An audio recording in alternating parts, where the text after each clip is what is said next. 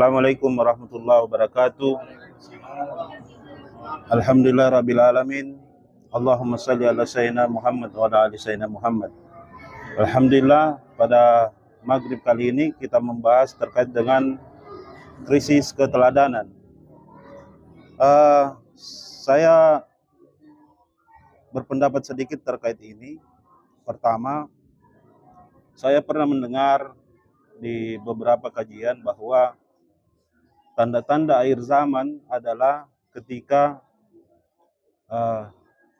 generasi-generasi ke belakang itu akan intelijensinya lebih bodoh dibanding generasi-generasi sebelumnya.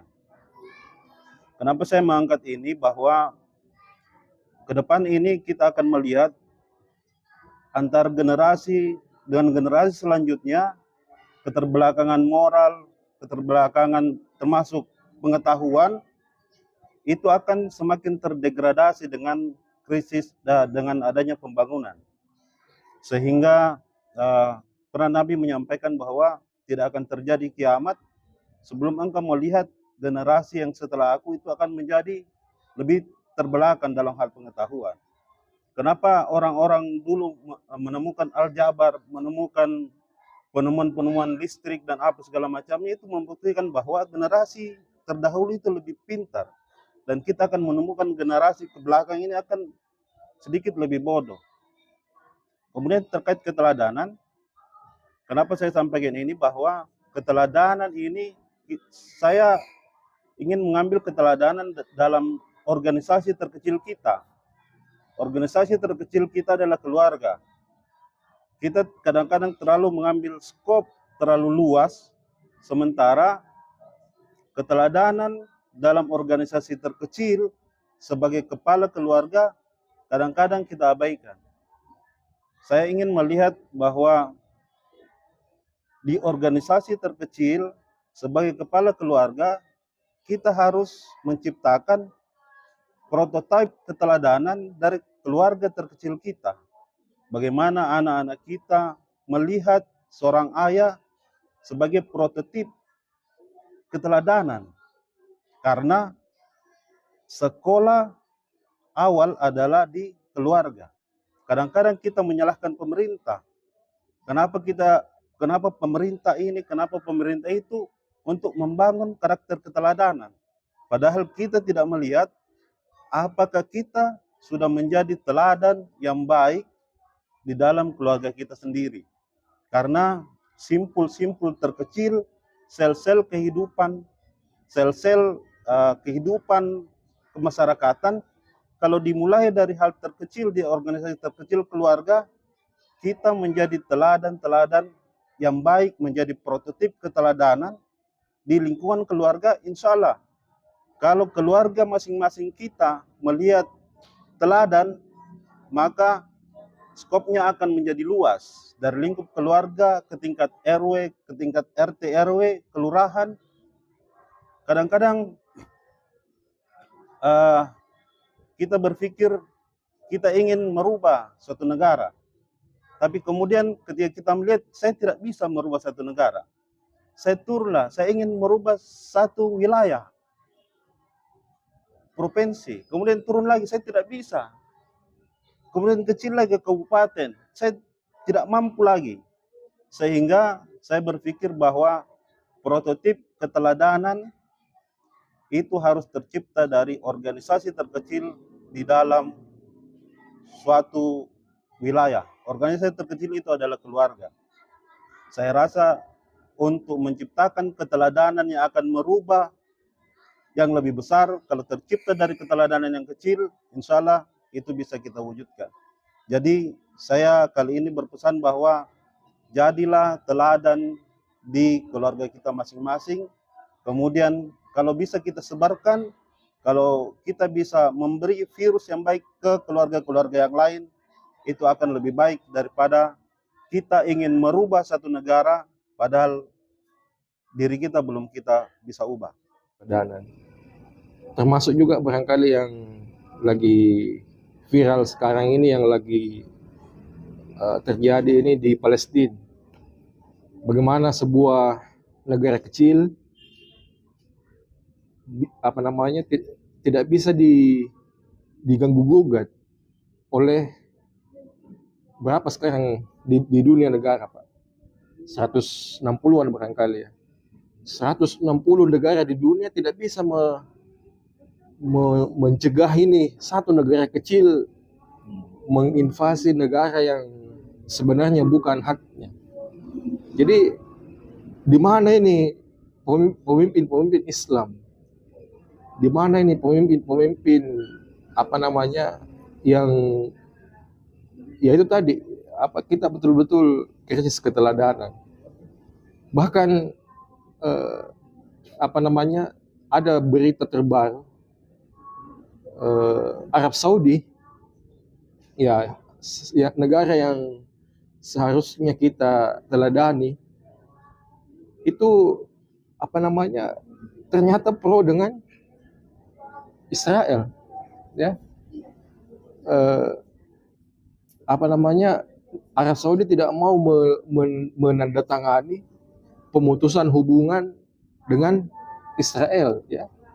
Jadi ini betul-betul kita sayangkan bagaimana negara-negara Islam yang seharusnya menjadi pionir, menjadi ujung garda terdepan, malah mereka yang istilahnya ya itu tadi krisis keteladanan. Jadi sekiranya memang semua ada di sendi-sendi kehidupan. Kemudian yang kedua, ya sebenarnya kita tidak usah heran juga karena memang sudah disampaikan bahwasanya ketika diutus Rasulullah SAW itulah zaman terbaik, sehingga zaman setelahnya itu akan menjadi lebih buruk, ya. Jadi inilah memang sudah sunnatullah. Jadi zaman setelah Nabi sampai hari kiamat, ya yang saya pahami itu akan menjadi yang terburuk sampai diutusnya Nabi Isa kemudian dan riwayat-riwayat yang lain. Ada satu yang unik yang saya pernah dengar. Saya pernah nonton di YouTube, itu ada namanya TED Talk, ya. Mungkin Bapak juga bisa buka TED Talk, ya, TED Talk. Itu ada seorang ateis yang tidak percaya agama, tidak percaya akhirat, tidak percaya Tuhan, tapi dia percaya bahwa dunia ini akan berakhir, dunia ini akan hancur. Kenapa? Karena dia melakukan penelitian fakta-fakta bahwa memang zaman-zaman terbaik itu ada di zaman-zaman dulu. Zaman-zaman keemasan itu ada memang di zaman-zaman dulu. Zaman menuju sekarang itu memang semakin memburuk. Di dalam penelitiannya itu dia ini dulu katanya ada Beethoven, ada Mozart. Dulu ada namanya kalau dulu ini juga kalau band ada namanya Rolling Stone, ada namanya The Beatles. Sekarang siapa lagi? Tidak ada lagi, Pak. Dulu ada namanya Einstein, ada namanya Isaac Newton, ada namanya Hawking. Sekarang mungkin kita masih punya Bill Gates, mungkin kita masih punya Elon Musk, tapi setelah itu siapa lagi? Jadi memang ada degradasi mungkin intelijensi yang memang semakin memburuk. Jadi tidak ada lagi orang-orang terbaik yang muncul. Jadi hanya orang-orang yang rusak, ya, mungkin seperti tadi disampaikan, yang justru diberikan amanah malah hianat, ya. Kita harus bersyukur bahwasanya ya ketika kita istiqomah di zaman ini, memang ini dalam salah satu hadis Rasulullah SAW bersabda, yang saya tidak tahu hadis umumnya, bahwasanya memang ini zaman fitnah. Memang ini zaman fitnah, dan siapa yang bisa melewati dengan istiqomah zaman ini, maka beruntunglah mereka.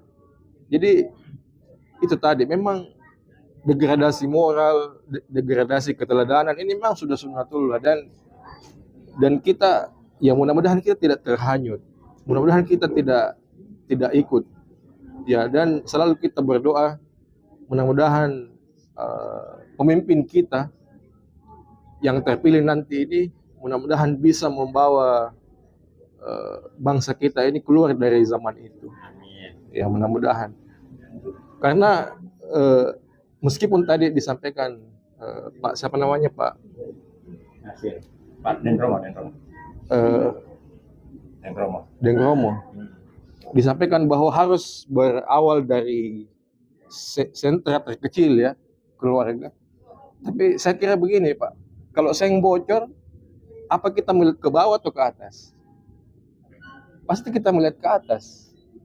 Tidak mungkin seng bocor yang di bawah penyebabnya. Jadi pasti di atas. Jadi betul memang bahwa keteladanan itu juga harus dari bawah, tapi dari atas juga punya peran yang esensial. Bagaimana kita mau mencegah seng bocor kalau kita tidak tambal dari atas? Jadi, ketika Rasulullah SAW diperjalankan di Isra Mi'raj dan diperlihatkan isi surga dan isi neraka, dia melihat isi neraka orang yang digunting-gunting lidahnya pakai gunting api. Lalu Rasulullah bertanya, "Hei Jibril, siapa itu?" Maka Jibril menjawab, "Itu umatmu yang berbicara tidak sesuai dengan perbuatannya." Itu mungkinlah orang-orang yang digambarkan di neraka kelak, itulah gambarannya ketika Rasulullah Isra Mi'raj. Artinya lain yang dia ucapkan, lain yang dia perbuatannya. Kenapa bisa sekarang begitu dikatakan krisis kepribadian, krisis kepribadian atau krisis keteladanan? Bisa jadi karena sumber keteladanan itu Rasulullah sendiri orang seakan-akan terabaikan, orang tidak tertarik untuk mempelajarinya, untuk mengikuti contoh-contoh yang dibawa Rasulullah SAW. Sehingga dari Rasulullah sampai ke sekarang ini, maka akan berkurang terus-menerus karena sumber keteladanan itu seperti terabaikan. Padahal Rasulullah SAW telah mencontohkan dari segi aspek, baik dari segi pemerintahan, segi di keluarga, bahkan di segi-segi yang lain. Rasulullah telah mencontohkan bahwa inilah keteladanan yang akan kita ikuti apabila kita mau betul-betul bahagia dan betul sukses untuk mengikutinya. Tapi sekarang sepertinya tidak terabaikan. Jadi salah satu faktor kenapa orang sekarang krisis keteladanan karena tidak mengikuti apa yang dicontohkan Rasulullah SAW.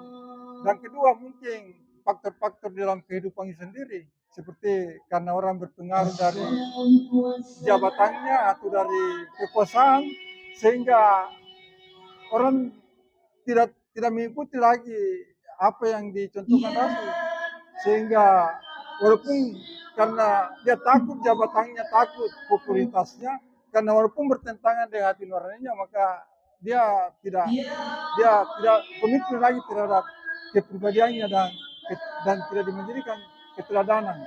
Dan generasi di belakangnya itu sudah tidak tahu siapa yang diikuti, karena yang jadi panutan sendiri sudah di luar dari jalur yang dimaksud itu, sudah tidak bisa dicontohi lagi.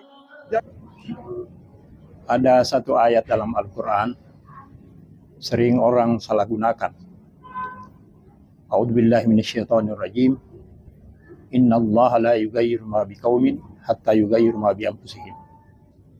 Sesungguhnya Allah tidak akan merubah nasib satu kaum kecuali kaum itu sendiri akan merubah. Ini sering orang salah gunakan.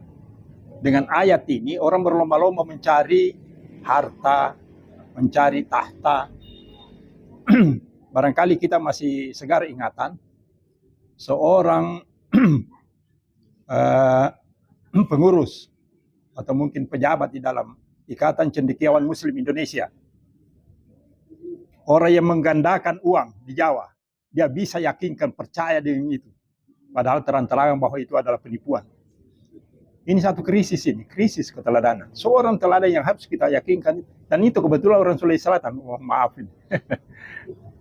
Ada falsafahnya baru-baru Pak Nur Samsu itu, ketika menunjuk seseorang kau yang salah, dia tidak lihat jari-jari yang ke belakang 3 ini, menunjuk kepada dirinya.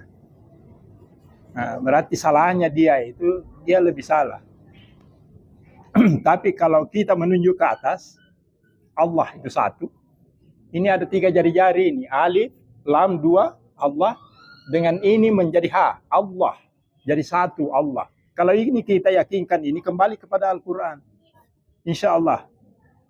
Bahwa apa yang kita lakukan selama ini, nah itulah. Seperti yang dicantumkan dalam Al-Quran itu. Kaulan ma'rufa, kaulan baliga, kaulan syadida. Perkataan yang baik, perkataan yang benar. Perkataan yang bisa sampai kepada lubuk hati seseorang. Dan yang paling jarang kita dengarkan itu kaulan lainan. Perkataan yang lemah lembut. Tidak pernah kita dengar lagi perkataan-perkataan yang lemah lembut. Barangkali itu yang bisa saya sampaikan. Terima kasih. Assalamualaikum warahmatullahi wabarakatuh.